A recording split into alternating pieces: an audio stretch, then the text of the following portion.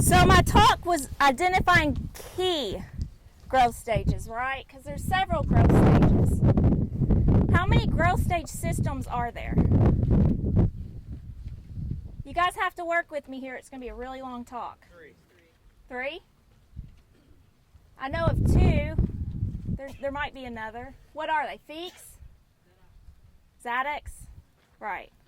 Which, and what? The farmers. The farmer growth. There you go. That's true. There's some truth to that.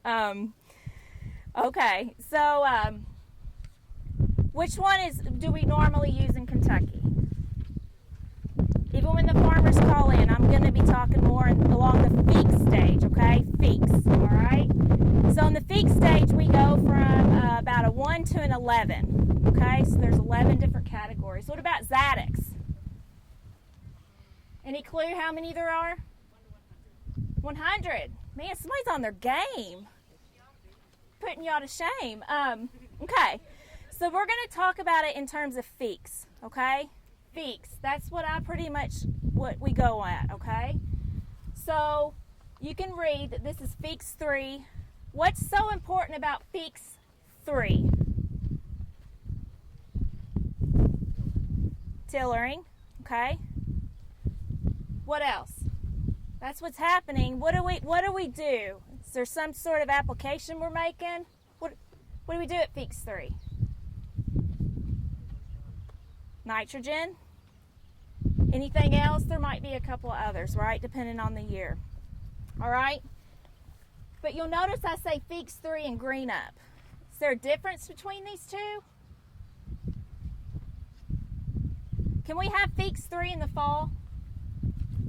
Right? We really want our wheat at Feeks 3 in the fall, right? That means we have adequate tillering so that it's going to get through the winter well, correct? So what's so important about the green up here? That has to do with the spring, right? And when we're going to be applying our first nitrogen application if we are doing a split, correct? And so we want it greened up. Basically, we're saying we want it out of dormancy, correct? It does start to green up. It looks visually a lot greener. And sometimes it even starts to get a little bit more erect, okay? And that's how we know to pull the trigger on our nitrogen. We don't want to apply nitrogen to dormant wheat for several reasons. And most importantly, the wheat is going to be dormant. It's not going to be able to take up that nitrogen. And so really it can affect your pocketbook in a negative way, right? You might be wasting quite a bit of nitrogen if you do that. So for me, well, maybe I'll hold this. What's the next growth stage? What do you think's the next most important growth stage after Feeks 3? 6? Anybody else have a guess? For me, it's 5. Why? Why 5? What are we doing at Feeks 5? Second nitrogen application, right? And some other inputs. What else? What other inputs? We might do some sort of insecticide or herbicides, right? Something else. We might do some tank mixes, correct? So how in the world do you tell Feeks 5? Because in our guide, we kind of lump that together. It's Feeks 3, okay? And we have sort of an estimate of tiller counts and what it's going to look like. It's still prostrate at Feeks 3, which means it looks like a grass. In our guide, ID 125, Feeks 4 and 5 are lumped together. And basically all we say is they start standing up. They become erect. So how in the world do you tell the difference between Feeks 4 and 5? Anybody?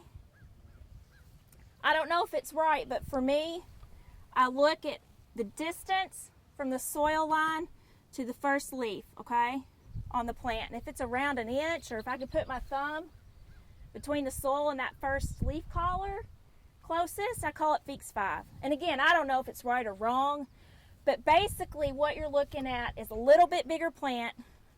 It's starting to stand up, but your growing point is still below ground, okay? Your growing point is still below ground. And the most important thing here is that this is the last growth stage that your growing point is below ground. And so this can affect some of your herbicide applications and decisions and everything else, right? What's next? I kind of gave it away. Man, nobody has a guess? Joining, thank you. So, can you tell that this field is joining? You can totally tell, right? No. When we're looking at joining and a lot of these other growth stages, in wheat, you just cannot do it from a windshield, right? You've got to get out. You've got to get into the field. You have to get into almost as much of the field as you can get, right? You have to really scout wheat. So what are we looking for? Even at Feeks 6, which is joining, when it's first at joining, do you actually see the node? Can you actually see it? Not usually. Hardly ever when it's first jointed, right? Because it has emerged above that soil level. But the way I cheat is I take off several leaf sheaths, 1 or 2, okay, and I hold it up to the sun, all right? And then I look for a dark spot. Can y'all see that? And that's how I know that it's a node. It's above the ground. And in this case, it was just a few millimeters above the ground, okay? I did dig up this plant, so some of this was below ground, okay? It's very, very hard to get joining when it first joins, okay? And the way they describe it is first detectable node, okay? So you actually have to try really hard. So if you start dissecting this down, let me get over here so my shadow's not on it. If you start dissecting this down and you take this part of the leaf sheath off, what do you have? See that tiny little thing above my fingernail? That's the wheat head, okay? And so if you're careful enough, you can actually dissect down and see the wheat head. And I do have these on handouts so that y'all can take them home. Just don't let me forget to hand them out. I did the last trailer, I forgot. So if y'all want these for future reference. But again, this is so important because you are very susceptible at this point to any sort of freeze injury, mechanical injury, herbicide injury, right? So we have to be really careful to protect that wheat head because it's above the ground. What's our next? What do y'all think is next? What's the next growth stage that's pretty important in terms of management? No guesses. None. No guesses. What about flag leaf? Why is flag leaf important? Let's think in terms of this year. Why is flag leaf stage so important? We maybe could have used a fungicide application this year. What do y'all think? And Carl's going to talk about that some more. But, you know, this will be, if we're having some foliar issues early in the season, this might be an important timing for fungicides or other things, right? Why is the flag leaf so important? What's so great about the flag leaf? Where does most of the photosynthesis occur? Where do most of the carbohydrates come from in wheat? This one, right? So we want to protect that at all costs so we can get maximum yield. Okay? So this year, we probably could have used in my research plots a flag leaf fungicide application. We just missed it. The stripe rust came in just about like that to us. So. All right, next. After flag leaf, we're going to be talking about heading, right? Okay? This is where it starts getting pretty tricky, right? In terms of growth staging a field.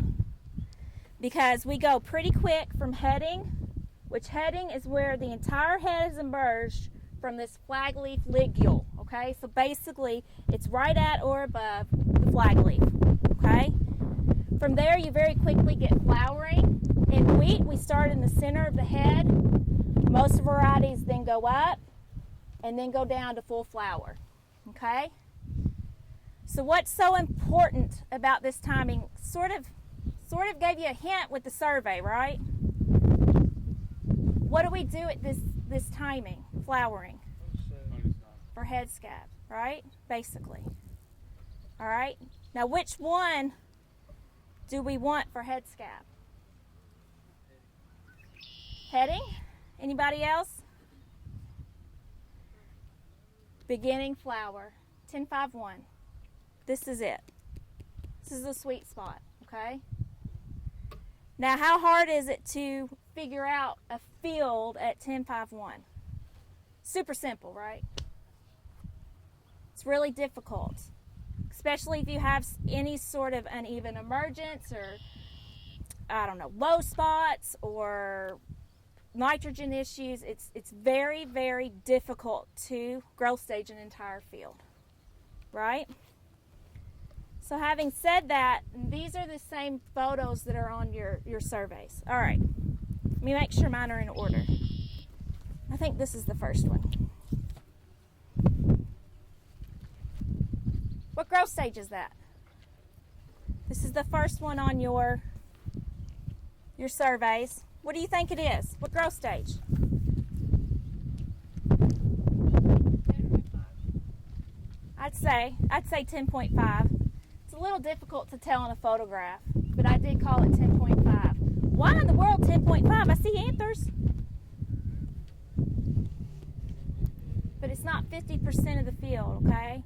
And what you have to remember with wheat is there's a lot of heads down here, right? The secondary heads, the tillers, that really you should consider, all right, in terms of growth staging as well. Because you want to protect those. Those can really hammer you later on with the vomitoxin and Dawn, all right? I think this is the second one. No, I have them all out of order. Sorry, guys. What about the second one on your survey? What do you think that one is? I called it 10.5.2, okay? So it was flowering. Basically, most of them had flowering to the tip, all right? It's really difficult to catch right at 10.5.1, right? And I didn't this year when I was photographing these pictures, okay? What about this last one? I think by the process of elimination, you can figure it out, right? This is full flower, okay? So what else?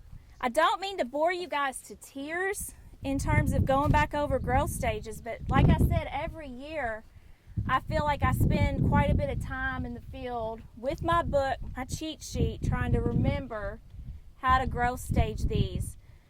And it's very difficult, right? When we're talking about small plots, even, or large fields, it's very difficult.